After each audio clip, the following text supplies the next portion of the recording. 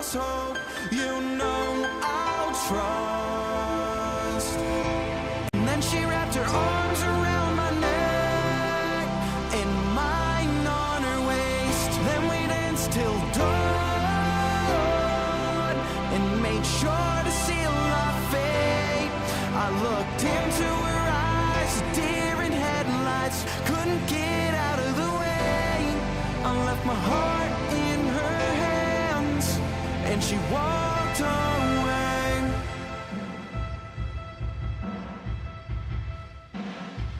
If looks could kill, I'd already be dead. But it's all just your trick to get back inside my head. I gave in to your whim as your feet took the lead. But you clicked your heels 3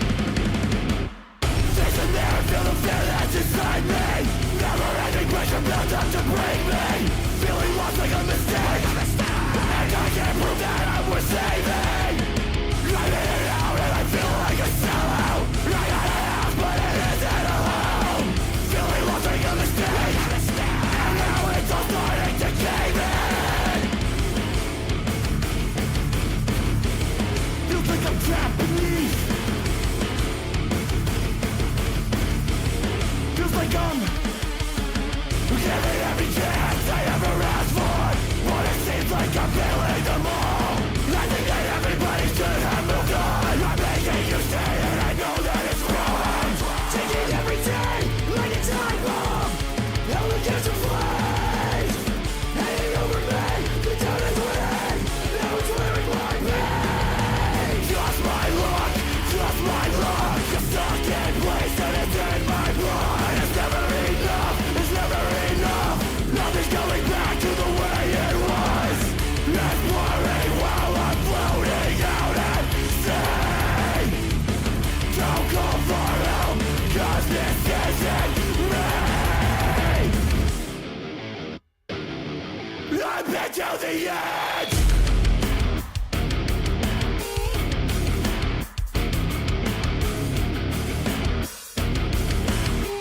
I've been to the end where you're gone.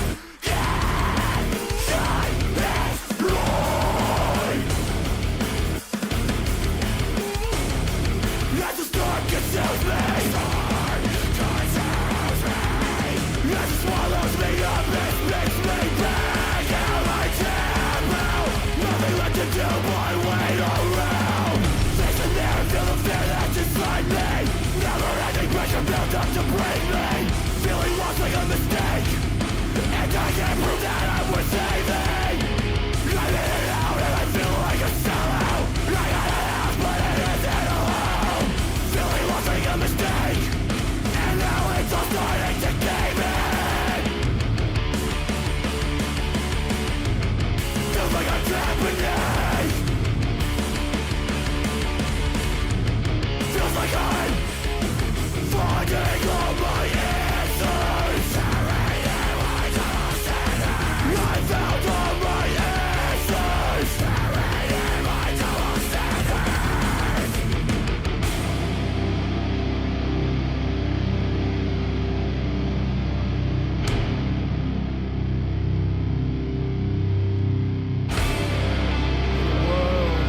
Where being yourself gets you buried alive. Stuck in the motions, the seconds are slowly waiting to die. Now the hole that I dug is deeper and deeper with no end in sight. Just know that you can find me at the edge where you're gone. Inside is void.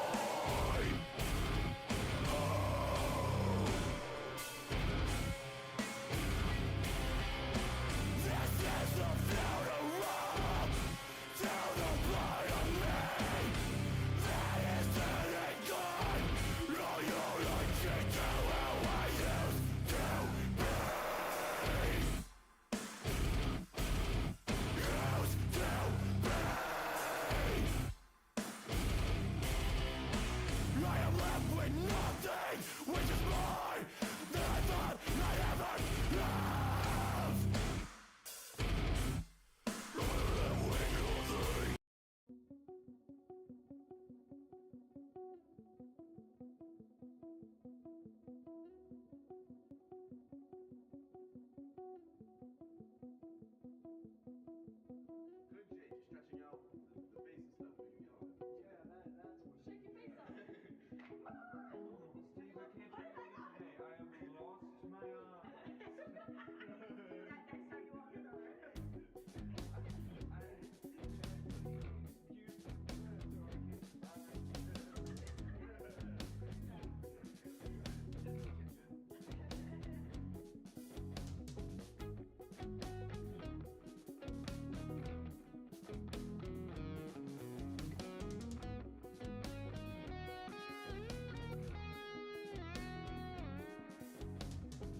Good catch, Hayden. Good hidden.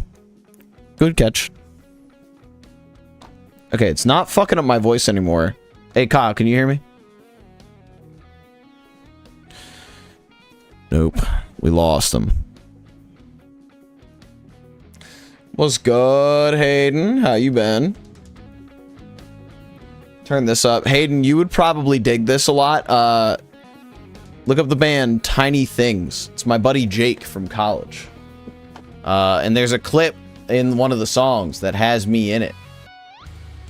And I could not be prouder to have We're Gonna Kill Me. I feel that. I feel that. I could not be prouder to have my voice used for such illicit means.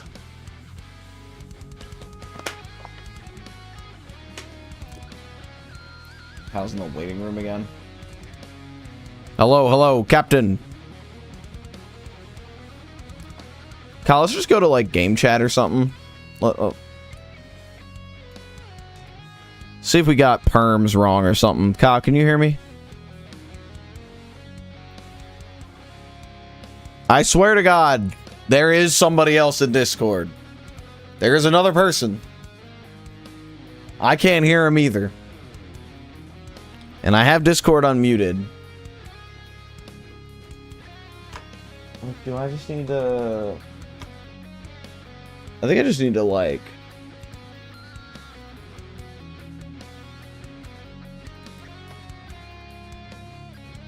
Like, I know that that's right.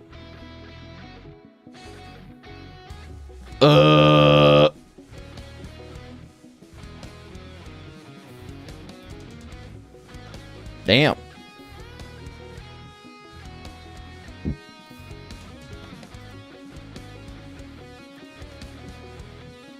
Let's see if this works. Cause I'm not seeing my shit. Kyle. I didn't mute him, did I? No.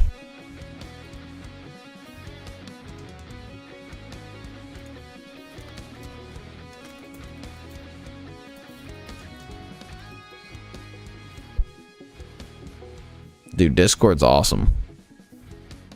Okay, neither of us can hear each other. Is Discord down or something? I would really like to find out. Hold on. Because this is weird. Hayden, are you in a spot where you can join a channel? Discord was fucked earlier? Oh, this is great to know now. I'm gonna do something really funny real quick.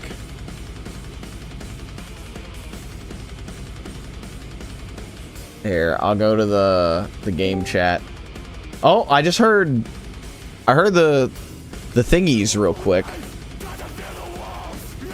Well, again, it wouldn't be me trying to do fun stuff without tech issues. So, you know, couldn't log in on any devices at all earlier. Hey, down. Oh, I think I saw something move at least.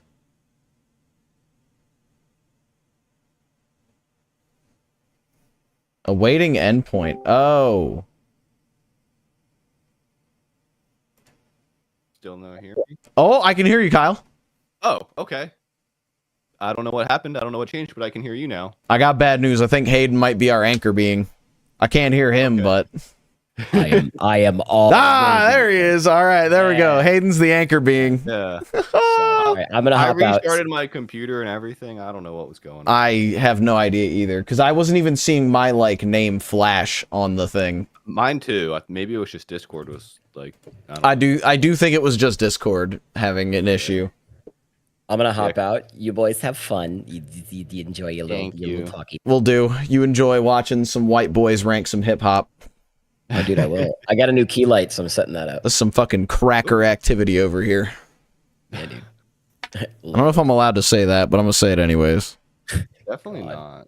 Nah, shut up, Kyle. What do you know? Jesus. Later, boys. Later, Hayden. All right. In the interest of not fucking this anymore, we're gonna stay in a public channel and just hope that people behave. That's fine with me. Oh, are we in a public one right now? Yes. Okay. I just did public so that whoever could join. Yeah. All right, You right, Chris. now. You said what? I said I'm turning on my stream now. Sweet. All right. Anyways, we'll get that booted up. Yeah, chat. Welcome to Music Mondays. I have some ideas for this that we could do. And I'm 100% biting off Discog Discourse. So you should all go listen to them. But don't tell them that I'm ripping them off. Because I 100% am. Entire idea stolen from them. Here, hold on. I gotta also pull this over. We're gonna get our stream, well, knock on your stream.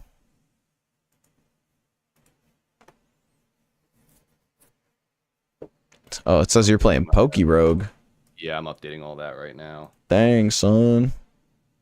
It should be updated now. Well, I can't really see it yet, but I trust you. I trust you. Yeah, I got a good stream name. It's Kyle the Creator. Kyle the Creator. I just did like Music Monday episode 1 because I didn't feel like thinking anything else. Yeah, let me check these levels real quick. Can you say something? Perfect.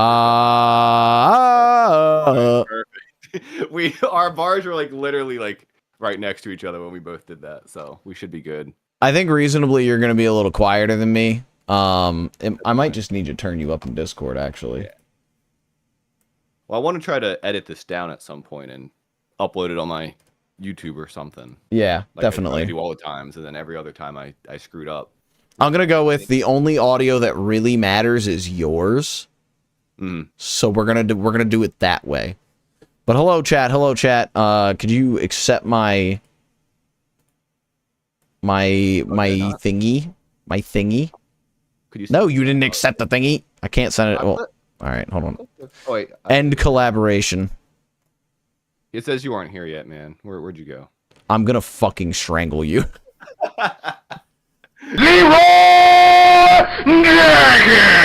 Yeah, okay, that right there, Chris, that's why we're not using my audio. That right there is why we're not using my audio for this. But hello, chat. We're, here, I'm knocking again. Alright, this time I'm gonna look at it when I hit accept. Yeah. Oh, this little window popped up last time. What am I supposed to do? Oh, that's true. We could have just talked through the chat together thing. That would have been funny. Start sharing chat. All right. Chat shares enabled. Yes, it does work, Chris, is the crazy part. All right, cool. That's over there. Well, I'm transitioning over to your screen now, so. Transition. Did you give this album a listen? Did you love it? Did you hate it? Could you give it a 5 million out of a 10 million? Transition. I'm a girl now.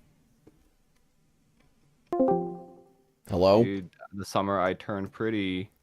Final season. Watch now. The summer I turned pretty. Is that a show? Yeah. Dee was watching it. Oh, I didn't know about that one. Yeah. What if a girl hung out with 2 guys her whole life, and then she liked one of the guys, but then she ends up almost marrying the brother? Okay. I could see it. Yeah, but in my opinion, why would just don't date the brother of someone else that you dated, especially if like you're childhood friends with both of them. Like easy way to solve any problems that would cause any drama for a television show. Anyway, Matthew.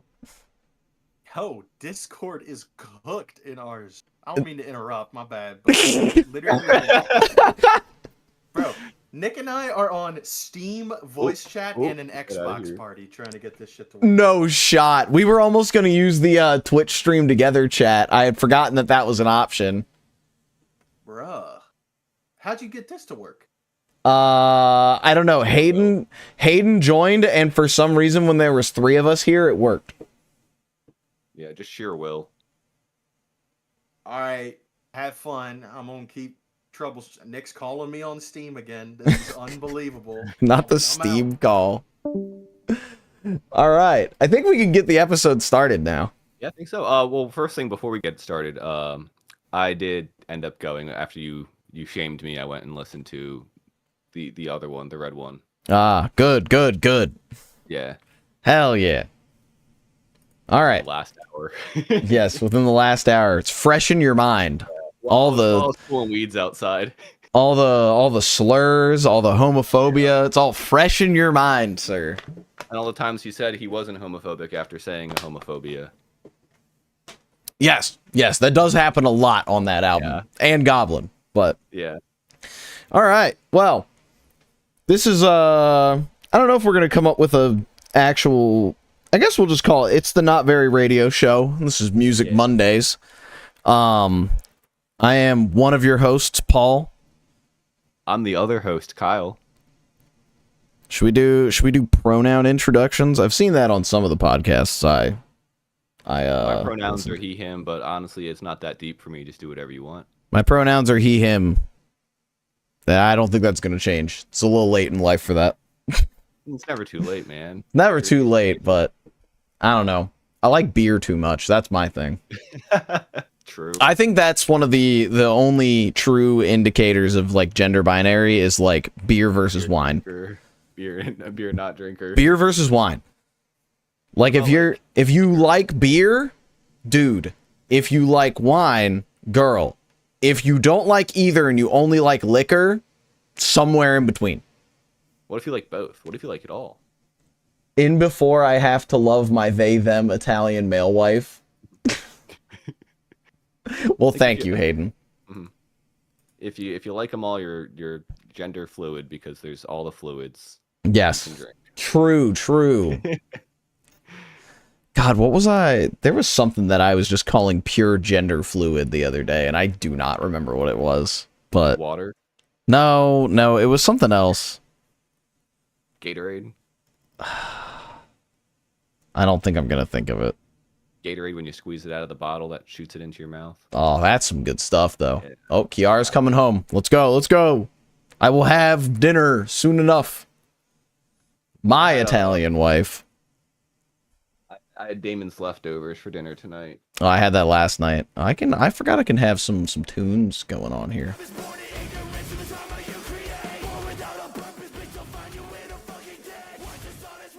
Get side talk going a little quiet there. All right, so this is Music Monday, baby. God forbid you made it yourself. Yeah, we know what happened the last time I tried to cook. It's a disaster. Anyways, all right, let's get this started for real. Yeah. Tyler, the Creator. Yeah, You're music. ranking all, 8 of his albums? 9. There's 11 here, but I don't know what this Grinch one is. What? Oh, he did do the music for the Grinch. Oh, is that what that is? Yes, Tyler the Creator, famously known for How the Grinch Stole Christmas, the most recent animated one. His biggest claim to fame. Oh yeah, of course. What other albums are you seeing here? 2 of them were, at least on my list, they have 2 Call Me If You Get Lost, because there's the Estate Edition. Oh, okay. I'm just going to lump those in as one. I'm going to be honest with you. Too, yeah. Yeah, I don't like, know which one I listen to at this point.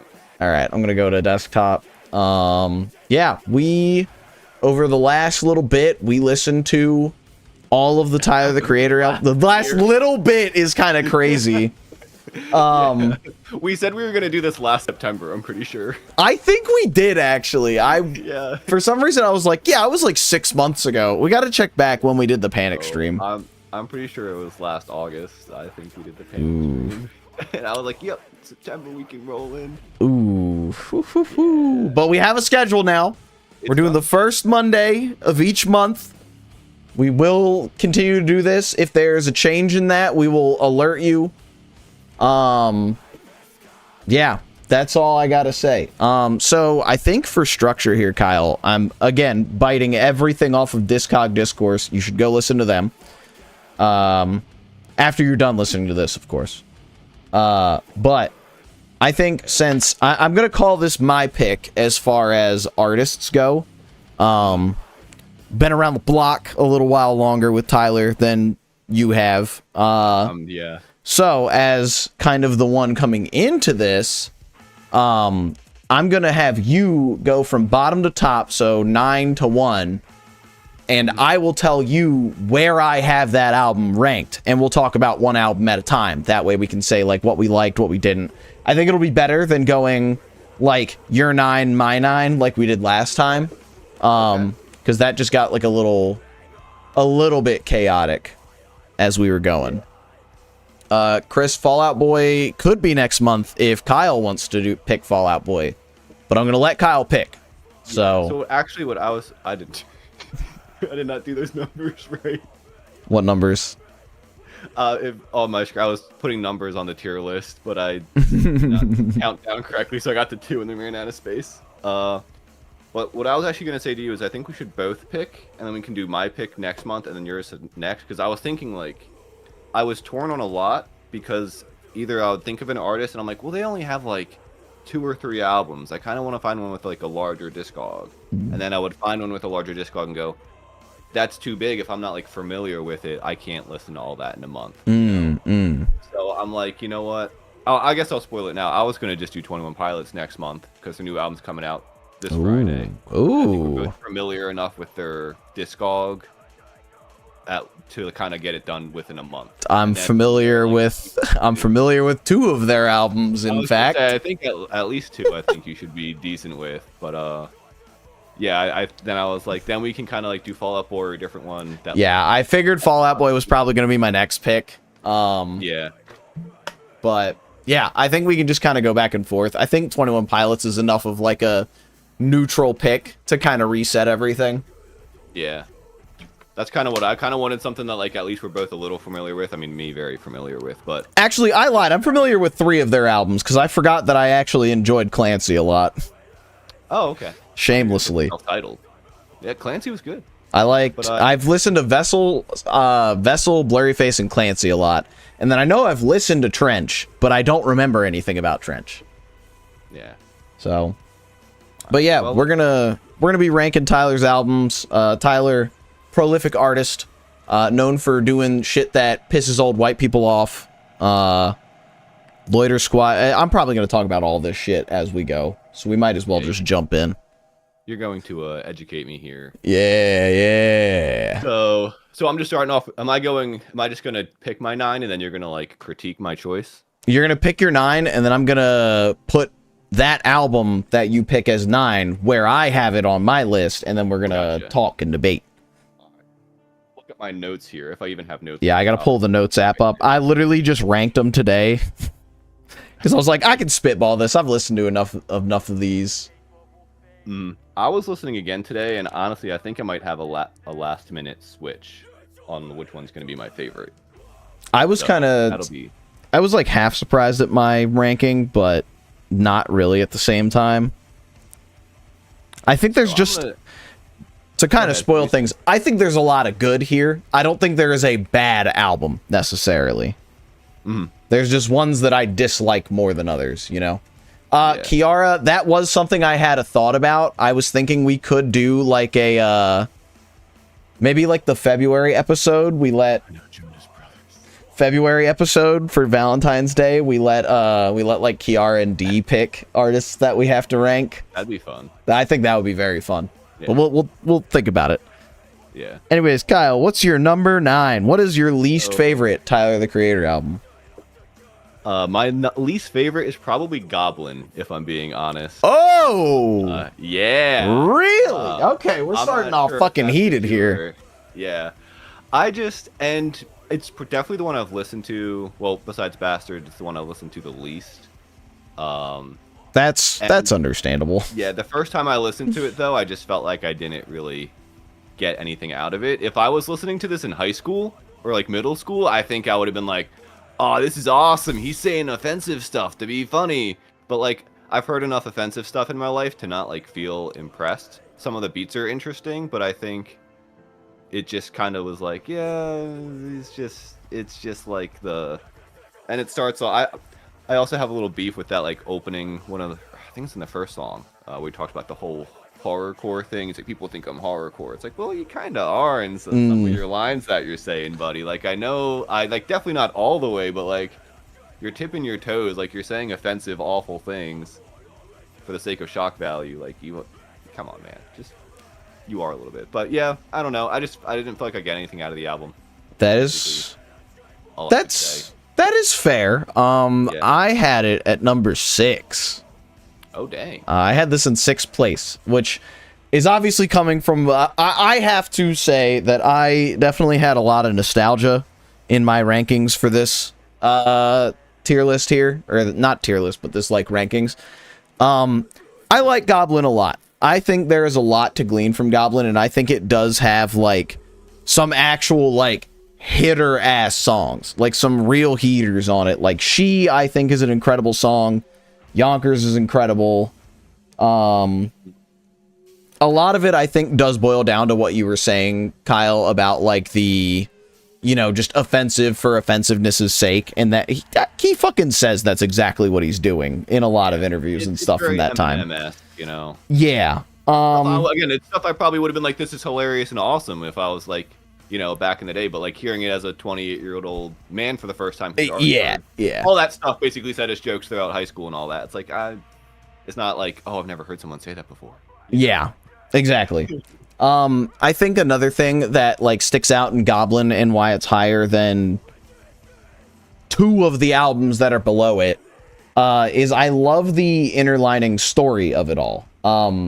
It's not exactly like explicitly shown other than in what the fuck is that track? Oh, this is gonna be the part where I have to go back to Spotify a bunch. Also, if you're listening and you want to play a drinking game, take a drink anytime Paul says the word story, because we know he loves stories in his album. I love There's a story there. We talk. Love my story albums. Love it. Jesus Christ. Where is it? There we go. Yeah. Window. Window is the well, Bitch Suck Dick and Window are the 2 that kind of really play into the story past the like therapist stuff. And then obviously like Golden does to kind of wrap it all up, but to go from and have the continuing story from Bastard continue in this one, I think like puts it a little bit of a notch above that he was able to make this album with, like, you know, some of these songs that like are just good ass songs, like I said, with like She and Yonkers, and then as well like continue that story and find a way to weave that in. I think that like really speaks for it. I also think like sophomore album for this to be as good as it is very impressive. I also think too, and you'll definitely hear me say this about at least one more album, I think the length really wears me down on it too.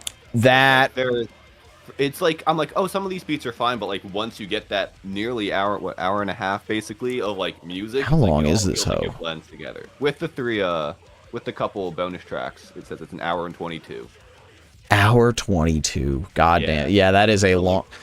I will agree with you there. It is a long ass album. I think it has every right to be that long, but again, this was formative for me in high school. So like that's definitely what I'm working with here. What else can I say about this? I mean, like, do you have a favorite track and least favorite track? I do not, but I'd have to probably say Yonkers, just because that's the only one I really remember. That's fair. I also think too, I think like the production's like still pretty solid, but compared to like where it ends up getting, yeah, it's not near. Like if Yonkers had like more like the production that he gets like a couple albums from now, like I'd be like, oh yeah, this is a banger, but like it's like, all right, yep, they all have a very similar vibe too. I think was like part of my, it's all like that dark, yeah, kind of gritty, you know, you know, almost like detuned kind of vibe, and it's like, all right, I'm a little over this. Yeah, I definitely know what you mean. Yeah, I would say my favorite has always been She, which shockingly has more plays than Yonkers, but because Frank Ocean's on it. Yeah, that is fair. Least favorite. Oh my god. Kiara's home. She's got Otto with her. Kiara, what do you think about Goblin by Tyler, the Creator? She said she doesn't fucking care, chat. Hey. Yeah, least favorite. I don't know, it's probably her. I feel like that's the one that I remember the least about. Sorry to bother you. Did he have dinner? He did not. Perfect. Thank you. Enjoy. Alright. Well, I think we've said all we need to about Goblin. Kyle, what on to number 8. What is your 8th favorite Tyler, the Creator album? Bastard. Okay, that is my also 8th, so we match up there. All right. Yeah. That's crazy. Yeah, no, I was actually surprised that I liked it more than Goblin. That's the reason why I didn't listen to it, because I didn't care for Goblin really. So I said, well, I don't think I'm gonna like this one. And maybe it's just because I had such low expectations, or maybe I'm just in a different mindset when I listen to Bastard versus Goblin. But I kind of enjoyed a lot of the beats, and it wasn't as long, so I don't think it got to a point of like redundancy like Goblin, where it's like maybe I enjoyed the beats, but they kind of kept sounding too similar and going on too long. Yeah. Yeah, I don't know. I thought it was kind of just a bit more like fun. Basically. That's fair. And like, I think my big thing is like, it's very impressive for a first album. Like, Yeah. no doubt to have, that was his first like solo album. Because I think there were Odd Future albums before this, but this was his first like full blown solo work. Like the story begins here, like all that good stuff. Yeah. What's up? It's also Really just pain in the fascinating ass, to yeah, see really some of busy. the. Do you want intermission. regular cheddar mac, or are you okay with the white cheddar shells? White cheddar shells, fine. Perfect. All right. Sorry, we had a dinner question. But I think it was interesting to see like just some of the features that are there, and I don't know all the Odd Future lore, but I think you could kind of tell which people were kind of there just to kind of joke around, and which ones were kind of wanting to try a little harder. Yes. 'Cause I don't know who it was, but there's the one song in particular. Well, let me where find the guy's just Bastard. like, I'm eating chips, and then like it just cuts, and like you hear chip crunching for a little bit, and then he's about to like go on again. He's like, I'm with the girl, and then like he's basically done. He just like stops, and I was I like, feel like that's got to be Tina featuring Jasper and Taco, and like, yeah, it was closer towards the end of the album. yeah, it's Tina. Okay, so that's another thing. Every album I just gotta add on your stream. you did. Oh, I forgot to snooze it again, but that's fine because then it'll be ad free for a long time. Anyways, yeah. So fucking Tina is the first in a long series of songs that appeared up until Cherry Bomb. Cherry Bomb was the first one to not have it. He would have a song every album that just had him, Jasper, and Taco dicking around on it. So it was like, it was that one on Bastard, it was Bitch Suck Dick on Goblin, Trash Wang on Wolf, and there was one on the Odd Future tape. What the fuck was that one called? So I feel like that's the one that has... Where is it? We Got Bitches. That's what it is. Yeah. So there's kind of a joke song on all the first like 4 real efforts there. And that's exactly what that is. But a lot of them, like, you know, the Casey Veggie features are good. The Earl features are good. Like, you know. Yeah. But outside of that, I thought it was a bit more fun. And I liked the go to the mall hood rat shit joke thing that they said. It might have been that same song, I can't remember, or it was like the couple ones before or something like that. Might have been. That was probably I don't know if it's my favorite song, but it was my favorite part. That was like the one part where I really just kind of like laughed, and I was like, that was kind of funny. Yeah. You know, like it was silly, it was kind of edgy, but it wasn't like overly edgy. I don't know. Yeah, I think I would have to listen to it again, but I think my only real standout track is French. I think that was the only one that like ever stands out to me when I listen to this. And then obviously, like, you know, Bastard and Inglorious are very good opening and closing tracks. But yeah. All right. That's Bastard. There's not that much to say about that one, honestly. Yeah. All right, Kyle. Number 7. Number 7. I feel like you're gonna be mad at me for this one. Might be. I could be wrong. I'm putting Wolf in number 7. Ooh. Yeah. Yeah, that's a heavy disagreement. Wolf is my number 1. That's what I was wondering. Yeah, hold on, let me find the number 1. It's one of the only 3 I own on vinyl. Do I own 3? I at least own 3. I know I at least own Wolf, Igor, and Chromacopia on vinyl. Okay. I thought I owned Call Me If You Get Lost, but I don't think I do actually. He got lost. He did get lost.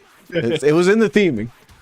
Yeah, dude, world's longest ad. I keep going back to your stream. It's not there, but yeah. Essentially, it was for me. It was very much a step up from Goblin, but at the same time, just not enough. Like the production was really nice, but I felt like I had a lot of the same issues.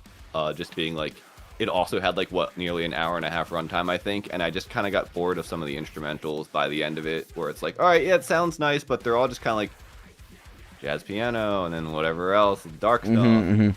I appreciated that like he got a bit more open, you know, with like some of the stuff he talks about, which definitely kind of, I think, breathed more life into it versus just like I'm saying offensive stuff for the sake of it. I mean, he still does it here, but like it's a much lower to a lower extent, which I appreciated. I have a question. Yeah, I still think, yeah. You listen to this on Apple Music, right? Yes. Is the phone call bit in answer on, or like at the end of Damo on Apple Music? Let's see. Because there was originally like a pretty drawn out phone call bit that is cut from Spotify, actually. Nope. It just goes right into answer. Yeah, there's just like a beep and then it goes right into answer. Yeah. Yeah. Oh, there used to be a nice little story bit there. I'd have to re-listen to it to understand why it's not there. I'm sure I can guess. But, you know. Yeah, anyways, what were you saying? That was basically it, I think. I think like in most terms it's a step up from Goblin, but I don't think it got as like unique and interesting as a lot of his future stuff gets. So for me, it's just like, and especially being an hour 30, like if it was like 30 to 40 minutes, I think I would have appreciated it a lot more. But going in and just kind of hearing that, I was like, all right, I'm over this. That's fair. That's fair. But here's why you're wrong. Okay. I'm just kidding. This is easily my favorite Tyler the Creator album. It's 100% a nostalgia pick. I'll get that right out of the way. I loved this album to death. Spun it so many times. I wore that fucking CD out junior and senior year of high school. And still, I think I go back and listen to it like once a year. It's one of those albums that like once a year, I think I go back and listen to like Wolf, probably all the Fall Out Boy pre-hiatus stuff, Plastic Beach by the Gorillaz, The Wall by Pink Floyd. Like there's just albums that I come back to every year. Probably both Good Kid, Mad City and To Pimp a Butterfly. Just albums that I'm like, I need to make sure that this is still as good as I remember it is, and all of those are. I think my biggest thing for Wolf is that it hit me at the right time.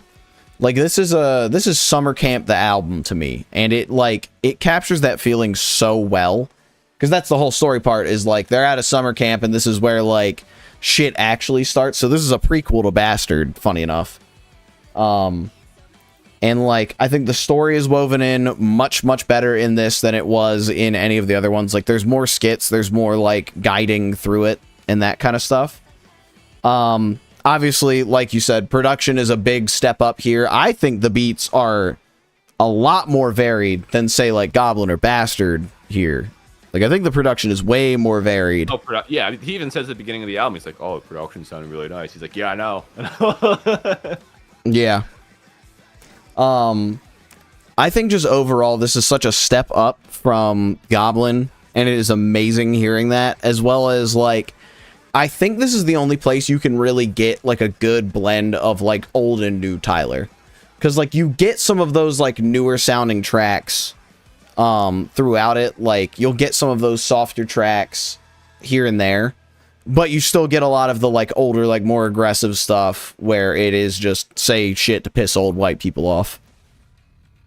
But yeah, I mean, again, Summer Camp, the album, I love the theming of Summer Camp. It's like a nostalgic thing for me, I think, that I just love. Yeah, this is one of my like perfect albums that I wouldn't give up. Well, alright, I just trashed it right then and there, putting it at like, I mean, that's fair. Again, I don't think I would like this album as much if I had listened to it when I was above the age of like 20 for the first time, you know?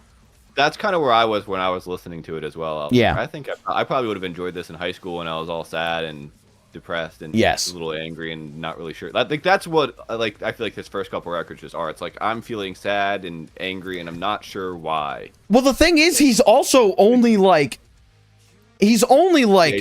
3 or 4 years older than us. Yeah, So he's like it makes sense that we would be feeling the same things. Yeah, he's 20 when he made Wolf.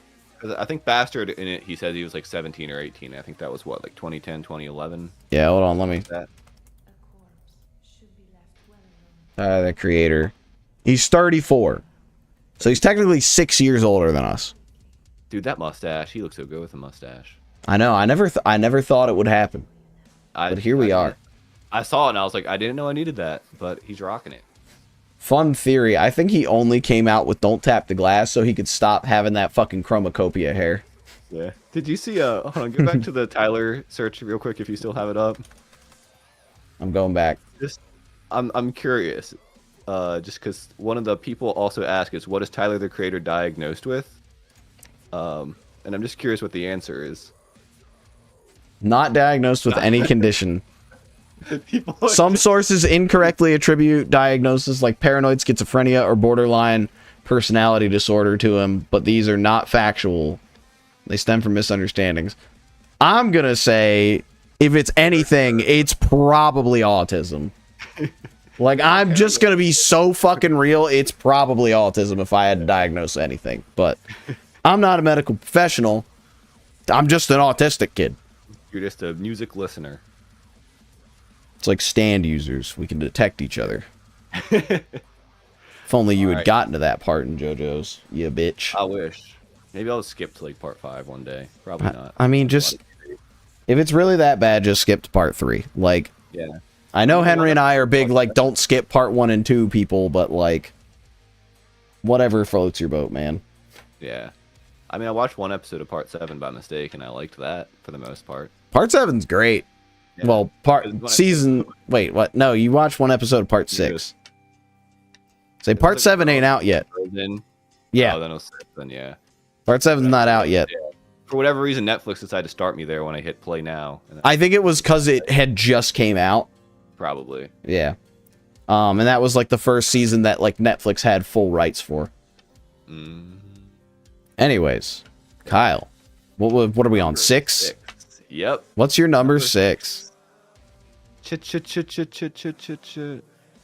Cherry Bomb. Yeah, that's my number 9. I had a feeling. I was surprised at how much I liked it, if I'm being honest. I mean, I still didn't really, I'm not a huge fan of it, but I thought I was going to hate it. I thought it was going to be my least favorite just from kind of what I hear. But I'm also a sucker for just like really messy, all over the place. Like I appreciate the fact that like you don't know what you're getting with each one. Even like I'd rather have a messier album like this than like one where I'm like, yeah, all these songs are good, but like I'm not getting much out of them, which is like what I got with like Wolf. Like Wolf is like, all right, I feel like it's decent at least all the way through, with maybe certain highs and lows that like hit here and there. Whereas Cherry Bomb is like, oh, this is like, this took me for a loop. This took me for a loop. So I just had, and maybe if I did more listens, that would change over time. But just as like an initial like going through, I was just pleasantly surprised. I was like, oh, like this is, I was not expecting this one to sound like this. And then it goes to the next album. And I was like, oh, I was not, or next song, not next album. And I'd be like, oh, I was not expecting that one to sound like that. So I just remembered I was also taking notes. Yeah. Also, we didn't do highlight tracks for Wolf, but mine is always going to be Rusty. Okay. I think that is the quintessential Tyler the Creator track, and like, if you don't get that track, I don't think you get him in that time period. Yeah. I also, I think too, especially with like some of the edgy stuff, I have an issue of just like, unfortunately, I was a Hopsin fan back in the day. Yeah. And he's kind of like, he like did that too, but like in worse ways. So like when I hear certain like statements, or because in one of these songs I wrote like Hopsin parallels, and it's like the way that Tyler delivers it for me works better. And I think it's not always seen right at the surface, but like when you see it as a whole, because Tyler's very much like, I'm saying this because I don't care, whereas like Hopsin would say like, I'm saying this because I have a point to prove. I'm trying to like preach to you.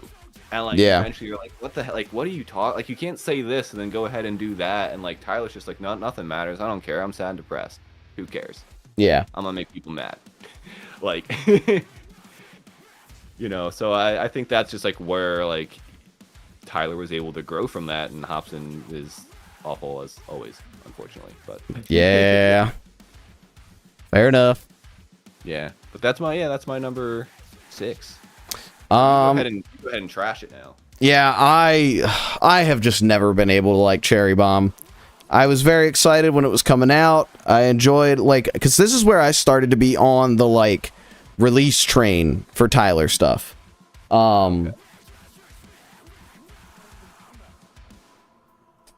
This is where I started on like the like I would actually come in for the album like release cycle and all that stuff. And I was very excited for Cherry Bomb when it was coming out. I mean, again, it's following up one of my favorite albums of all time, and I think that's why I've always kind of unfairly disliked it.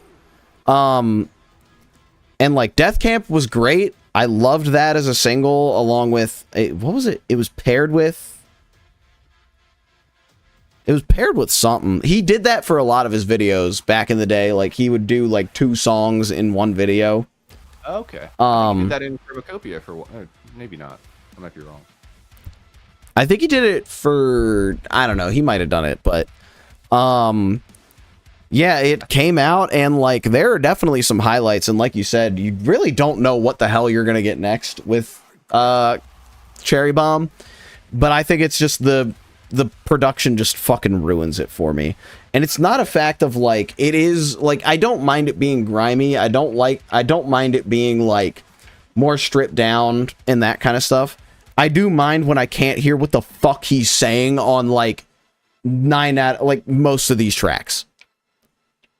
Like, and that's my biggest gripe, and it always has been. Like, Cherry Bomb is fucking inaudible. The title track is inaudible.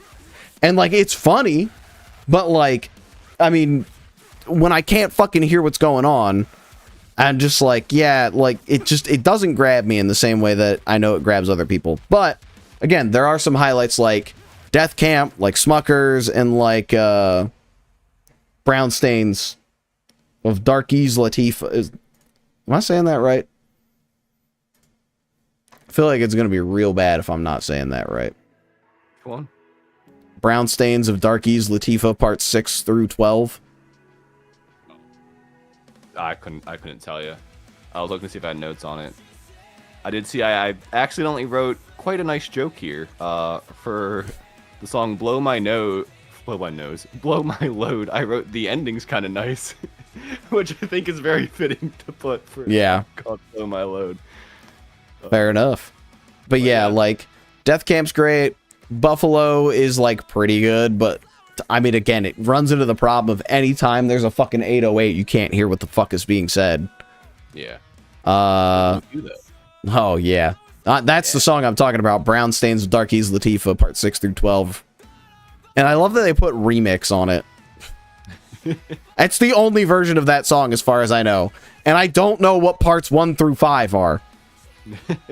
So, but then, like, you know, fucking Young / Perfect, you can hear what he's saying on that. Smuckers, I mean, he had to lock the production in for that with fucking Lil Wayne and Kanye on it. This is 2015, by the way. This was not, Pre Kanye being bad. we didn't know yet. We didn't know. But yeah, it's overall, it is again, I don't think there's a bad Tyler album. I just think I hate how this one sounds, and I just never reach to listen for it. Like, the rest of these I will actively reach out to listen to every now and then, but Cherry Bomb I just kind of avoid. Yeah, that's fair. Yeah. I'd rather hear a bad album that's trying something interesting than just like something that just is doing a thing. Yeah, that's fair. Stuck out to me. Yeah. Did you have any highlight tracks for this one? For that one, let me see. Here we go. I think I really like Two Seater. I wish I remembered. I probably listened to. Ooh, this, that is a good one. Nearly a year ago, but I seem to really like Two Seater. I think I also liked Brown Stains. I said something about a crackling or arpeggiating thing that I really liked in it. Again, I don't remember what it sounds like. It's probably that fucking. Yeah, I'm a sucker for some weird. That shit rocks. Yeah. And then yeah, the Schoolboy Q1 run, and then I think the one with Kali Uchis. I will also say another thing about this album is that I was thinking about this today when I was talking to myself, as I do. They call it rehearsing, I think, in autism language. I talk to myself all the time. Oh, yeah. I was thinking about Cherry Bomb, and I really do think it was just like proto Flower Boy. I think he and the world were not quite ready for Flower Boy yet, and this is kind of what we got. Yeah. Yeah, I think... No flowers, just cherry. I feel like Flower Boy was the album he wanted to make, and this was either a stepping stone or this was like what we could make in 2015. 15, yeah. Yeah. But I think that closes Cherry Bomb for us. Cherry Bomb, number 5 now. Number 5. It's gonna be, and this, honestly, this is, I think, where it starts getting a little tough for me. Like, these, once we get, not counting the Grinch one, but the rest of them, like, for me, like, this is where I think we kind of get to the upper echelon, in my opinion. But 5 is going to be Flower Boy for me. That is fair. I think I also have it at 5. Hey, let's go. Yeah, I think that is the big thing of like, and you're probably about to say this too. In order to be in that upper echelon, you got to be better than Flower Boy. Yeah. Yep. Basically, yeah. I think for me, I look at Flower Boy as like the mainstream album, where it's like that. Yeah. Like, that's the one where people are like, "Yep, we can take him seriously now." Mm-hmm. And I think it just sounds really good. I think I want to like it more. I want to go back and do some re-listens. Music aside, the best album art I've ever seen in my entire life. Not even joking. It is a damn good one. I wish he would have kept the original title for it. What was that? It was originally going to just be called Scumfuck Flower Boy, but I think, like you said, he needed to be taken seriously with this one. Yeah. And he was like, maybe we don't do that. Yeah, I have yet to see an album art that I think is prettier than that album. I think it's fantastic. It is a damn good one. I think it was a very creative one, and I think it still feels it. I think that's the biggest thing about this album that I like is like, yes, it's the mainstream one. Yes, it's the one with "See You Again" on it, and like, yeah. I love that song. Blah blah blah. It's a great song. Like, I'm not dissing that one at all, but I think it's still very, very Tyler. It's called Scumfuck Flower Boy on the physical release, I think. Thank you, Alex. Also, Yeah, hi. when I say Yes. mainstream, it's not like sellout mainstream. It's still No, like, not at all. very good, very creative. It's just like I feel like this is where like normies could start jumping on and being like, all right, yeah, I like this. This sounds like something I could hear on like the radio. Yeah. And I want to say "See You Again" definitely got radio play. I wouldn't know because I wasn't listening to the radio, but Wait, which one? you know, "See You Again." Oh yeah, I'm not sure either. Yeah, I think Ain't this. Got Time also. Yeah. Yo, Jose.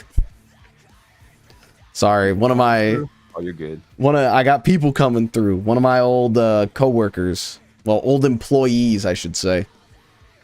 At least I think it's him. It's gonna be real funny if it's not. Oh, "See You Again" became a huge hit last year. Yeah, fucking TikTok re-blew that one up. Yeah. Okay, maybe that's what. Because I think when I first heard it on the album, I was like, I think this song sounds It familiar. is So I was like, I just excellent. kind of was like, I've definitely heard this at some point before. Yeah, But, it's yeah, it was people doing like the okay and la la la, like yeah. trying to duet that. And I'm like, guys, it's not a duet. These are just ad libs, but it's a fantastic song. I think that one and the music video for that, baller. It's they're all on like a fucking aircraft carrier, and they're in like old ass Navy uniforms. It's just such like a. It's just got the sauce. I think that's all I can really say about it. I also said, for me, like it gave me like to an extent like Plastic Beach vibes. Yes, I would agree with that. Yes, I think like how it has like that very like clean, pretty production, like some cool, unique synths, and the album cover is orangey, yellow, red. And this, what was the release date for this? July 21st, 2017. This was probably my album of the summer that year. Yeah. And I was so happy because again, like I didn't like Cherry Bomb, and then when Who Dat Boy came out as the first single, I was going crazy. I was like, we're back. We're so fucking back. We have never been higher levels of back in history. Those little like string blip things that just like come out at the beginning. Well, it was like, There. again, I hear that and I'm like, I hear that instrumental and I'm like, this feels like Goblin, but like better production. And then he's got Rocky on it. Allegedly, Schoolboy Q was supposed to have the last verse, but I don't know what the fuck he was doing. There's also something, just like a side note, he's got like great features on like so many of these. Even like Cherry Bomb, which like is like most people's is not reviewed well. Like Kali Uchis, Kanye West, Yeah. Schoolboy Q. It's like what? Kanye West for the time. For the time. For the time. Oh, what the hell? I hit my macro and it took me to my playlist. So apparently Alt-Shift-J does something on Spotify. Interesting. Yeah, I don't fucking know. I was just trying to... Hold on, let me hit it again. Just make sure. Oh, it's not working. Awesome. I'm just gonna have to do this the old-fashioned way. I'm also glad that everybody can see my fucking playlists and recent listens and that Adam Sandler core is in there. But yes, I think this, and not to keep harping on the concepts and all that, but I think the concept of this is incredible. And I think it is very, very well done. And this was like the first of him not having a story, but still telling like some kind of concept and having this theme going on throughout it of kind of like, you know, I guess like just accepting yourself and all that other good stuff. Yeah. It's a banger ass album. I think my highlight, I'm picking I Ain't Got Time for my highlight track because I think that track does not get enough love. Yeah, I mean, I think all of them, or like all like it's one of those ones where I think like most of the popular ones are popular for a reason, and I think that one's pretty. I thought it was popular. I don't know. It was. I think it was a single. I want to say it was a single before the album came out because I want to say the singles were like. Let's see here. I want to say the. Oh, it just has the Who Dat Boy and 911. Because those were the first pair of singles. Came out as a double music video, as he did. Also, I don't know if you picked up on it, but track 10 on every album is a doubles track. Yes. Yes. I knew that was, except for, what, Chromacopia? I think Chromacopia was the first one to not do it. Yeah. And, like, that came out last year. So. And then he released another one this year. It's insane. Yeah. Fucking dude's a madman. Generational talent. Yeah, you have any highlight tracks? All the ones that we just said and that you were saying, I Ain't Got Time, Who Dat Boy, See You Again. I think those three were probably definitely like my standouts. Yeah. I think the only reason this sits lower than the rest of these is just because I feel like a lot of these tracks end up being a little more disposable than some of the other ones. Like Pothole, actually, I think that's like one of the only ones I can really point out. Because the rest of the ones I'm looking at are like, they're like little interlude tracks and stuff. But, you know. All right. We're up to number 4. Yes, we are. This is where it gets hard, man. Like, I keep thinking about it, like, even now. But I think I have to go with Don't Tap the Glass. That's fair. That's my number 7. Okay. That was my spot I still had to fill in. It's a great album. It's so much fun. Like it again, like once I get Here For Me, at least, you know, for Tyler, like it's one of those things where it's like any of these could be interchangeable. And like all of these are phenomenal. Like he's just at that point in his career where he's just like pumping out hit album after hit album, and it's like it's frustrating when you're doing something like this and you gotta like critique it, you know, and like commenting this one's not as good. It's like, man, I don't know. It's they're all so good. I don't have much to say in terms of like depth because I felt like it was, well, I was lazy if we're being honest, but I also felt like it was inappropriate to take notes on an album that wanted me to dance. Yeah. I had a great time. Whichever one has the cool vocoder thing that gets kind of Daft Punky, that's probably my favorite one. I didn't even realize this had 10 tracks. Yeah. I thought it only had 8 for some reason. No, it just pumps through them all. Yeah. It's all like short little dance bangers, and it's great. Oh, yeah. Yeah, I share a lot of that. Again, this is like I was saying to you at our little friend gathering that we had the other day. Like this is brain off Tyler, and I love it. Like this one, it's only lower than Goblin because there's no like tying together concept, and as we know, I value that a lot in an album. But again, it's fun, it's well produced. All these songs fucking rock. Like, I need to listen to it more because I think I gave it like 2 or 3 listens and I haven't gone back to it since. But again, this might grow on me as time goes on. But for now, I'm just like, this is the fun one. Yeah. For me, it definitely grew on me like the more I listened to it because I mean, I went back to like these top 4 like several times because I'm like, I'm going to go back to one and I'm going to go, oh yeah, a couple songs are really good, but I'm not as interested in it. And then no, like it just, these 4 would come through and I'm like, no, I like all of these songs and they're all really catchy, and great, and awesome. And I'm like, come on, show me a weakness. Yeah. Something. I think realistically, if I had listened to it more, it might be above Goblin, but we'll never know. Mm-hmm. I think my standout track is Big Poe. Yeah. I love Big Poe. Fucking, I don't trust white people with dreadlocks. Best line of the year. Yeah. I'm just like, I'm looking at that track list, and even like I'm not super familiar with like what each one's called, but like I'm like, oh, I vaguely recognize that one. That one's awesome. He did do a double track with "Don't Tap That Glass" and "Tweakin'" on 7. Mm-hmm. Interesting. Yeah. But on to number 3 now. I guess. Number 3, yeah, because I just did 4, and I have my number, I have 2, 3, and 4 left. And I have my number 1 already filled. Gotcha. My number 3 is going to be Chromacopia. Same. Yeah, I kind of had a feeling. Yeah. I kind of had a feeling that was it's so good. That's what it is. It's so good. And it's frustrating. Like, you want it to be... I mean, I want it to be weaker, so it's easier just to list the other ones. But no, man, like, I was listening to it on the way to work this morning because I was like... I think I don't like this one as much as the rest. And then I turn it on and I'm like, no, man. Nah, man. The instrumentals are fantastic. All the hooks, like everything, man, is just so good. I mean, Darling I, such a good song. I Killed You. I really like the hand drums and a lot of stuff that went on in that one. Said Tyler is creating. I'm so clever. Tyler is creating. He do be creating. Obviously, I don't even need to say it, but Sticky. Yeah. Like Song of the Century. The one with Doechii is also fantastic. With Doechii. Balloon, right. Yeah. I was like, wait. And then I was like, wait, that's the reason I knew who Doechii was last year.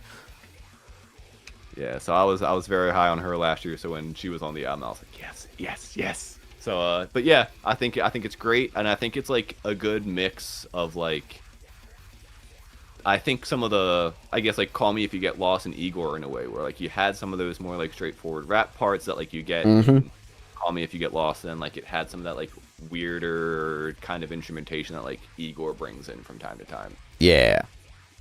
I just love this one. I think the second that Ratata came on, I knew this was going to be an incredible album, and I was correct. I love all the interjections with like his mom talking and like that kind of stuff. Because that's something we didn't really talk about with Flower Boy, but like in his like post Cherry Bomb, each album has a narrator, starting with Shane Powers on Flower Boy. I don't remember who the dude from Igor is. But then DJ Drama on Call Me If You Get Lost, and then his own mom on Chromacopia. And I think, like... I don't know if Igor has one. Igor does. It has those clips. It's clips from, like, a preacher, or it's like clips from, like, a preacher or, like, a speech or something that are, like, laced throughout it. But that is, like, the narrator for the album. And I like that structure, and I like that being, like, kind of the tying thread between all of them. Like you said, there's a lot of just real good ass tracks on here, and like this album, like I think it perfects the balance of like fun and serious. Cause like my top 2 are very like probably his two of his most serious albums. But I think this one, he just like lets himself have fun, and then there'll be a song like Hey Jane, where he's like, we're locking in and we're getting serious now. And then we're back to having fun. And then we go to Take Off Your Mask, and it's like, hey, lock in, we're talking serious now.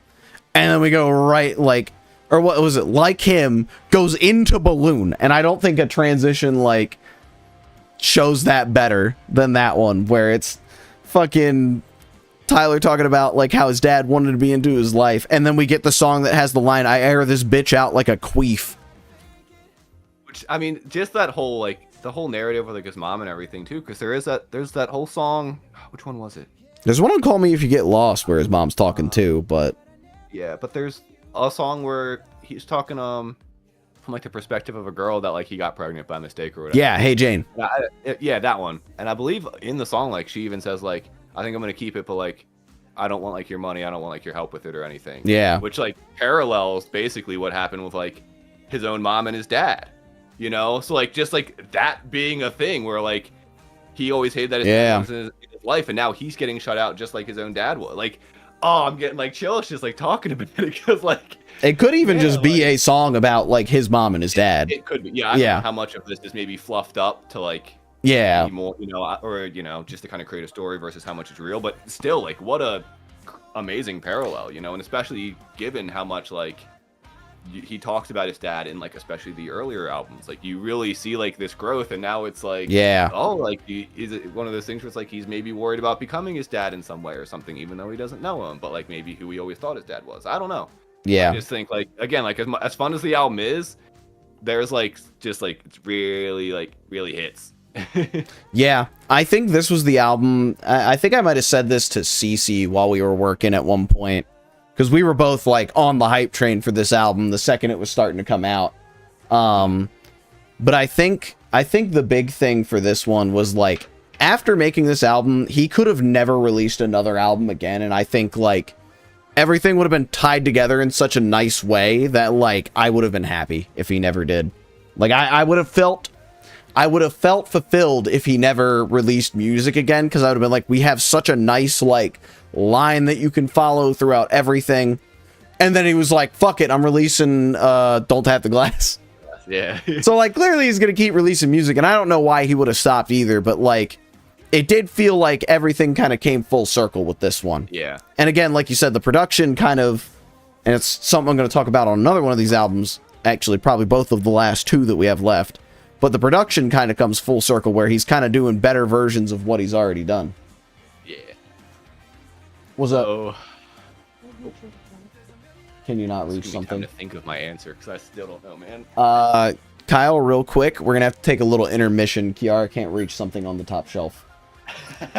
Perfect timing. I'll be right back. You deliberate. Yeah, I was gonna say, chat, help me figure out which one's my favorite. You decide. I'll read through my notes and see just from reading if I can make a decision here. Yep, he's got a special album here. That's something I wrote down. I'm a journalist.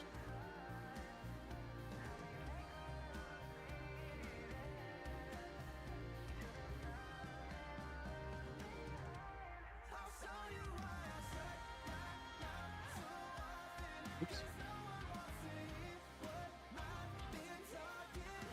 I wish I could do a poll. I don't know how. I don't think I can. I think you have to be like a Twitch winner or something like that to do that. I'm not a Twitch winner. Sorry, guys. I also have, for whatever reason... All right, gamers. Let me get the ears back on, and we're in. All right, Kyle, did you deliberate enough with yourself? Are you ready? I think I'm ready. To make this life-altering decision. It is life-altering. Like, there's a year from now, I'm going to be talking about one of these albums. Someone's going to go, but you didn't like it as much as the other one. Yeah, somebody's gonna be like, you said you didn't like this one. Yeah, you put it as number 2, not number 1. Yeah. But I'm actually switching up from my original listen. All my notes, I'm switching because as I went back and listened to them again, preparing for this, I just don't think I could. I was like, nope, I think I'm wrong. And that's putting Call Me If You Get Lost at number 2. That is fair. That's my number 4. Yeah, for the longest time, I thought that was gonna be my number 1. It's the only Tyler album I have on vinyl. And I think in many senses, it kind of tickles a lot of the bones I like instrumentally. Like I love like the flutes and a lot of like, you know, those different orchestral instruments that he uses here that you don't always get as much in some of his other stuff, where it's a bit more like dirtier, synthy or whatever. I love that it's basically just like an arrogant kind of like, it's a flex out. It's, you know, I got my heart broke, so I'm just gonna talk about being on boats. And it's kind of similar to Flower Boy too, where you get that like, it's got a nice like summery feel. Like even though he's got his heart broke, it's fun. You're bouncing. Like, man, I wish I knew the names of all the songs, but there's one in particular. That's why I got them pulled up. Every time I hear it, and I just like, I can feel the sun beating on my face. I don't know. It doesn't matter if it's sunny outside or not. It doesn't matter if I'm underground. The sun comes on, I can feel the sun hitting my face. It's awesome. I mean, I would say like the intro, and like this is probably my favorite intro of I don't know. I like Igor's theme a lot too. Yeah.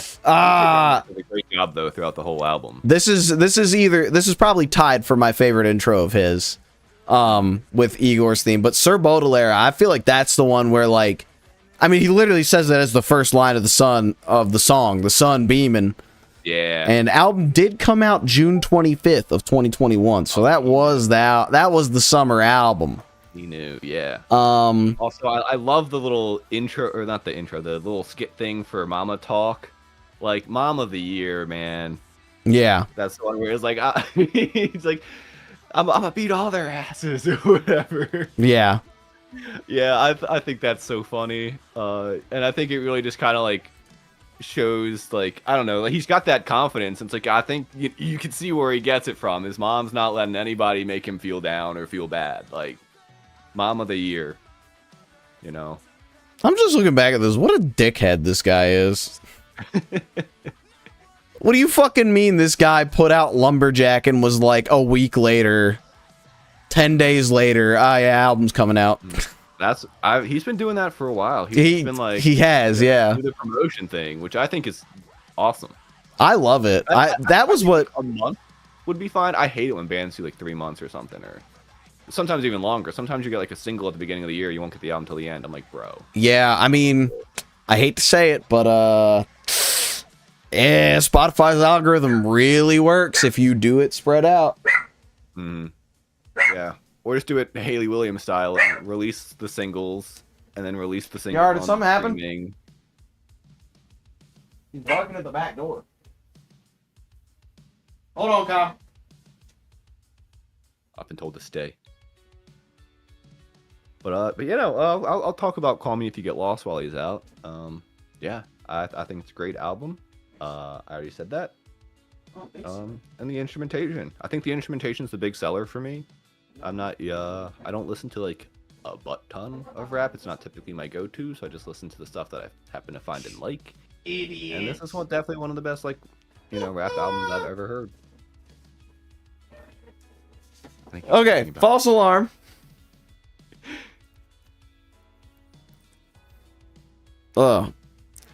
We're all good. Kiara was apparently banging on a pot, and Otto thought that was somebody at the door. Yes. Gotcha. Where were we? Really just glazing this album, honestly. Yeah. That and talking about how Spotify sucks and streaming sucks. Yeah. Shit's kind of whack. Yeah. I think my only dislike on this album is it's not the song Wilshire. I like the song Wilshire, but there is like a fucking like a vinyl pop that repeats throughout the entire 8-minute song, and that shit drives me insane every time I'm listening to it. Yeah. Great song. I think there's like some pops and whatnot because I think he just recorded all of his vocals in one take, and he was like, I wanted it to sound as raw as possible, so I didn't put anything over or do anything. So for me, I'm like, I think that's a really great, like, even if there's a minor ear inconvenience, I'm like, I appreciate the artistic like decision. Nah, I do agree with it. I definitely do think it's the right choice, but fucking it drives me insane. Yeah, I was worried my car or my speakers in my car were like having an issue for a second. And I was like, wait, no, I think it's just the song.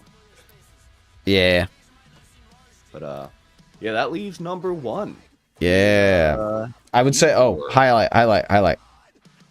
Oh yeah, highlights. I think if I gotta highlight anything, I'm highlighting What's Your Name. Nah, I'm picking Corso. What's Your Name is like, that's just his version of fucking See You Again for this album. I'm picking both of them, but I think Corso is probably some of my favorite rapping of his, and that is him doing Bragging, I think the best he's ever done. And then What's Your Name, like, how'd you get NBA Youngboy to sound that good? I don't get it. Or maybe that was Ty Dolla $ign in that one, but like, I don't know. They're both on the track, but that's probably my favorite of his like sappy, like R&B sounding songs. Yeah. That's fair. Yeah, that's all I got. I like Massa, and then I like the one with the I can't even describe it, man. It's the one I was talking about though, where it just comes on. It sounds like the sun's hitting my face. I think it's one of the earlier ones. Maybe I'll just. I do think it is just the intro to the album. It's not the intro. I mean, the intro does too, but there's this. It might be What's Your Name then, because. Nah, it's not. It's the one that sounds pretty and then it gets sad with the piano. Sounds great. I don't know. Oh, Hot Wind Blows, I think. Oh, okay. Hot Wind Blows is what I'm thinking of with that like beautiful little flute thing that starts off. It's like. What's the one with the we all got our toes out? Oh. Which one is that? It might be Hot Wind Blows. I think it might be Hot Wind. I think like, it is. Literally feel like I'm like, yeah, I do got my toes out because I'm on a boat right now. Like that's literally what it feels like. We on a boat. We all got our toes out. Yep. Fucking love it. Landed in Geneva. Yeah, that's in Switzerland on a yacht. Yeah, I think this is probably his most fun album. And there's still some serious shit on here, but like, oh, for sure. I mean, again, he was making a Gangsta Grills mixtape. Yeah, I mean, like, there's a lot of cool stuff in it. I think again, it doesn't crack up there just because of how much I like these three. But yeah. Yeah. So number 1 and my number 2 is Igor. Igor. Dude, let me hype up this album real quick. And this is probably one of the big reasons why I think I had to put it in number 1. I'm locking in. Which do you think? I said Flower Boy was like the album that he made that was like, yeah, take me seriously now. I can be hip and mainstream. Igor was the one that he made where he went, I'm a unique artist. No one's gonna make something that sounds like this. This is unique. This is me. And like, again, like it's he hits that, and it's like 10-20 years from now, like even if people don't recognize it, like people are gonna go back to this discography and they're gonna be like, holy cow, like this is something special. Like people, you know, there's rap albums and R&B albums and pop albums all the time, but that's gonna stand the test of time. I guarantee it. Yeah, it's so creative. It's so unique even from the production side. Like you're not gonna hear anything that sounds like it production wise. Oh hell no, absolutely not. Not production wise, not vocally, not nothing, dude. It's crazy. I literally played it on the way home today from work, and like Igor's theme comes on, and I just hear that, and I just feel my whole body getting excited, man. Just like that one like little drone thing, and I'm like, oh man, and that's ultimately why I had to pick it, is because like I love all the other ones, but like just hearing like that first drone, I feel my whole body getting excited to listen to this album. Yeah, it's awesome. I think that's why it's up there for my favorite like intro track of his, or like favorite track one of his, because like a lot of them are like obviously like Goblin and Bastard, the title tracks for those, like those are, it's a therapy session, we get it. Wolf's is funny as hell, but I don't think it's as good as these. I mean, the Flower Boy, he opens with Death Camp on fucking Cherry Bomb. No intro needed. Get right in. Yeah. Flower Boy's intro track is fine. It's just like a regular ass track. And then Igor's theme, I think, perfectly encapsulates like you're watching a fucking movie on this Yeah. on this album. You're going on a trip. You're Yeah. doing something special. You're going on the journey. You're watching this like series, movie, like whatever it is. This is something that is so much more than the sum of its parts. And I don't know. I have always said I think Igor is his best album. Obviously, Wolf is my favorite. And I will let nostalgia win when it deserves to win. But I do think Igor is his like technically best or like Yeah. if I can be objective about subjective ass art, I think Igor is his best objectively. Yeah. That's where I was at for the longest time. I was just like, I think I might like Call Me If You Get Lost better, but like at the same time, Igor is just, it's so uniquely him, it's hard to deny it its place. But then as I kind of went back, I was like, I don't know, Igor might be just as great. I do like that. I don't think Igor's as long, and for Call Me If You Get Lost, it's like I don't mind it being so long because I think that one's like nearly an hour, maybe over with the bonus tracks. Yeah, but they're just like And they're I don't dicking get around that. the whole time. It's a fucking Yeah, party. I don't get sick of it at all with Call Me If You Get Lost. So that's like the only probably benefit is like I can just like again, it's like you're sitting on a boat for that one. I Yeah. can sit there all day. Yeah, Igor, like I'm a bit more concise and to the point. I was gonna say, if I'm listening to Call Me If You Get Lost, I'm sitting there fucking lining up beers. I'm fucking partying out. It's summertime. We're having a great time. If I'm listening to Igor, I am locking the fuck in and listening to Tyler's life-changing words about how he wants to fucking home wreck some dude. And honestly, I think that is why I like Igor so much, is he comes back to talking about these taboo ass things. Like he went off of that on Cherry Bomb and Flower Boy. I guess it would be taboo if you're homophobic, Flower Boy, but just don't be a bitch. But I think Igor's when he comes back to like, hey, I'm going to talk about these really dark thoughts that people have. But also, I've been at this for like 10 years now, and I'm a way better producer. I'm a way better, like, lyricist. I'm a lot smarter. Like, it really does feel like... It feels like this is what Goblin should have been. Or, like, this is, like, the culmination of him trying to make those albums like Goblin, like Bastard, and even like Wolf to an extent, you know? Yeah, it's taking that, like, grittier, dirtier kind of, like, sound that he worked with for those few albums and just... doing magic. Also, yes, your favorite show is on, but unfortunately, it's the very end of the show. Yeah, you did come in right at the end as we were talking about number one. Number one, another album. Yeah, in my Igor. opinion, at least. I mean, I will agree it's the best Tyler album, but I will let nostalgia win every day. But it's not his favorite. Yeah, not my favorite. Highlight tracks.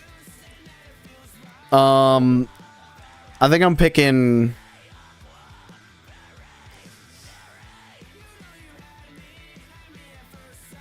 There's so many.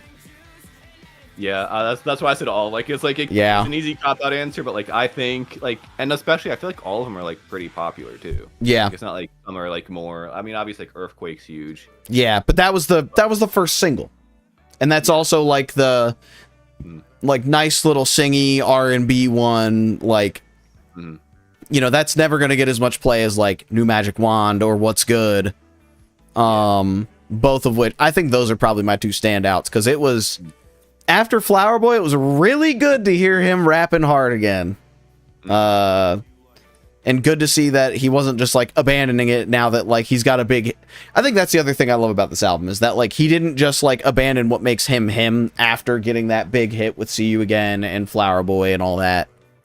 Oh, I think he went full in, if anything. Oh, yeah, he, like, doubled, if not, like, tripled the fuck down. Yeah.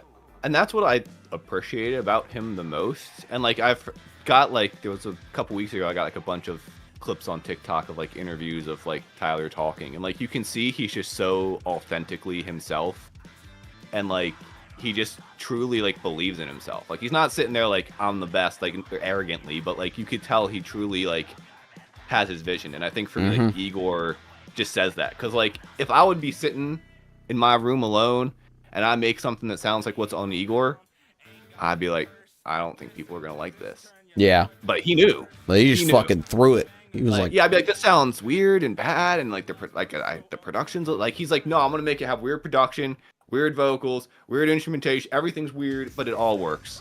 he was like, nah, I made this shit for me, and y'all are just gonna have to fucking deal with it. And then he slaps on it, yeah, all songs written, arranged, and performed by me, and it's like, yeah, he knew, and like, I don't know, I already said it, but like, he's a generational talent. It's insane. Yeah, I mean, he did that leading up to Call Me If You Get Lost. Like, the big thing was he was like running through every album. He was like, guess what? Every album fully written, produced, and like performed by me. And then he does Call Me If You Get Lost, where it's DJ Drama. Which I think saying, I don't know. I think he was saying like it like helped him get kind of like more notoriety because like people weren't realizing what he was doing. So he's like, you know what? I decided to put it on my album. That way people know. And then people kind of started reaching out to me for things because they realized like, oh, he's not just writing raps. He's, you know, he's writing the instruments. He's doing the producing. And it's like, yeah, it's crazy. It's crazy. Anyways, I'll run through my list, bottom to top. In last place, like, we'll just recap real quick, and then we'll get everybody out of here. In last place, I have Cherry Bomb. 8th is Bastard. 7th is Don't Tap the Glass. 6th is Goblin. 5 is Flower Boy. 4 is Call Me If You Get Lost. 3 is Chromacopia. 2 is Igor, and 1 is Wolf. And Kyle? And me? I have at number 9, Goblin. Number 8, Bastard. Number 7, Wolf. Number 6, Cherry Bomb. Number 5, Flower Boy. Number 4, Don't Tap the Glass. Number 3, Chromacopia. Number 2, Call Me If You Get Lost. And number 1, Igor. I gotta say, I think it's impressive that we had 3 in the same spot, and they're all over the fucking place. Do we have 3 in the same spot? Yeah, we have Bastard, Chromacopia, and Flower Boy all in the same spot. I think that's crazy, especially with like how mixed up our lists are compared. They're not like super mixed up compared to each other, but like, you know, me having Wolf all the way at the top when you have it at like 7th or whatever you have it at. 7, is a big stretch. But anyways, everybody, I'm pumping over back to the face cam. Thanks for hanging out for the first Music Monday. I appreciate it. We'll be back in less than a month because we did this one not on the first Monday of the month. Yes. But we'll be doing Music Mondays the first Monday of every month. I do have some ideas going forward. I think it would be cool if we like announce in advance in the Discord probably like who we're going to do. And then we can have people like make their own tier lists, and maybe we could like pull people in like afterwards and talk. Again, stealing ideas from Discog Discourse. You should go listen to them. Recommendations from them too. Yeah. Yes, I was gonna say we can also like have a emergency break glass if you need ideas wheel from like viewer suggestions and shit. I think that would be pretty fun. Like, you know, like obviously, you know, Kiara's gonna submit like we have to listen to the like 9 Jonas Brothers albums or whatever it is. She doesn't want me to do that. She doesn't want me to do that. Hold on. I take Jonas Brothers. This crap way too seriously. I'm gonna be mean. How many albums do we have? I need to know. Albums. We got 1. Like 5, right? I'm not counting the live. 2, 3, and that's just post hiatus. Do we count Jonas LA? It's music from the TV series. I kind of count that, unfortunately. I was gonna say that's a Disney Channel logo on it, but no. Yeah, I think it counts just because of LA Baby. All right, so that's 5. I'm not counting that. 6, 7, 8. Okay, there's 8 fucking Jonas Brothers albums. 2, 3, 4, 5, 6, 7. Yep.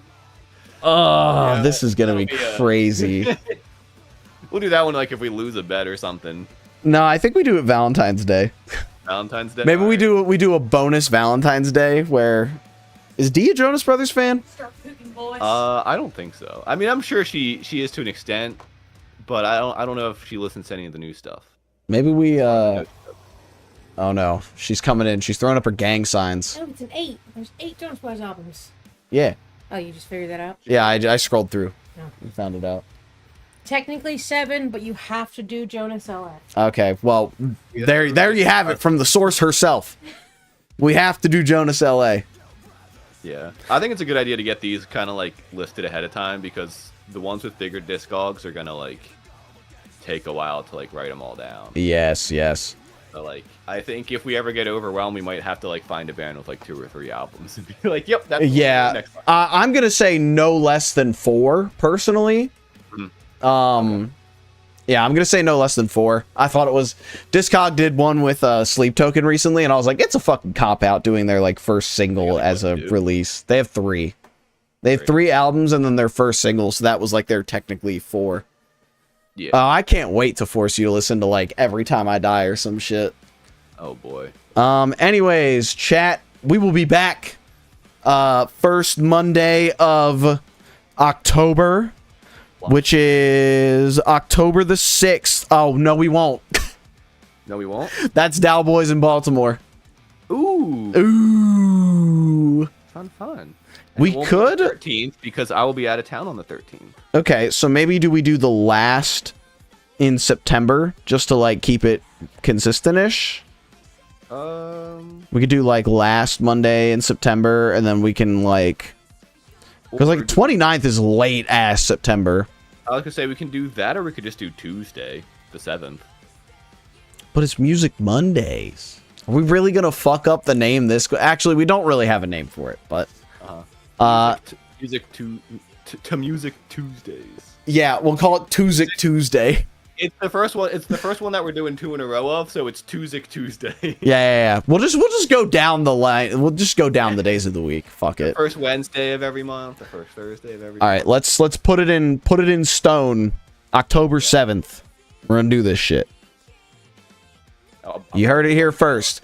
21 Pilots on October 7th. So if you like that band, or you just want to hear me like shit on that band a little bit, then yeah, stop by. We're also gonna probably cut this up and put it on like Spotify or some shit. We'll figure that out. It'll be on the Not Very Radio Music YouTube channel, Hopefully whatnot. I can edit them. Unless I go back and listen to the video and for whatever reason it's all screwed up. Like, All right, I have 2 minutes before this ad's gonna hit. We're gonna raid Nick and get the fuck out of here. all right, Sound like a good sounds plan? good. Sounds like a good plan. Are you gonna raid him or What's his? How do I do this? Mr. Cornholio 34? Anyways, I'm starting my raid now. You start your raid. I don't know how, but everybody that's watching me is probably watching you, so I'm not going to do it because I don't know how. I would assume so. Chat, go to Mr. Cornholio 34's chat. I don't think I can put the link in Kyle's chat, but whatever. Anyways, thanks for hanging out. Thanks for making the first Music Monday one to remember. And yeah, I'll see y'all soon. Collectively, the Not Very Radio show will see you in a month unless we get some kind of fucking idea of something. Yeah. Because I don't think we have to strictly do like, maybe we leave like the app, like the discography dives for Music Mondays, but like, you know, we could do like other things on other Mondays if we want to talk about other shit, but I don't know.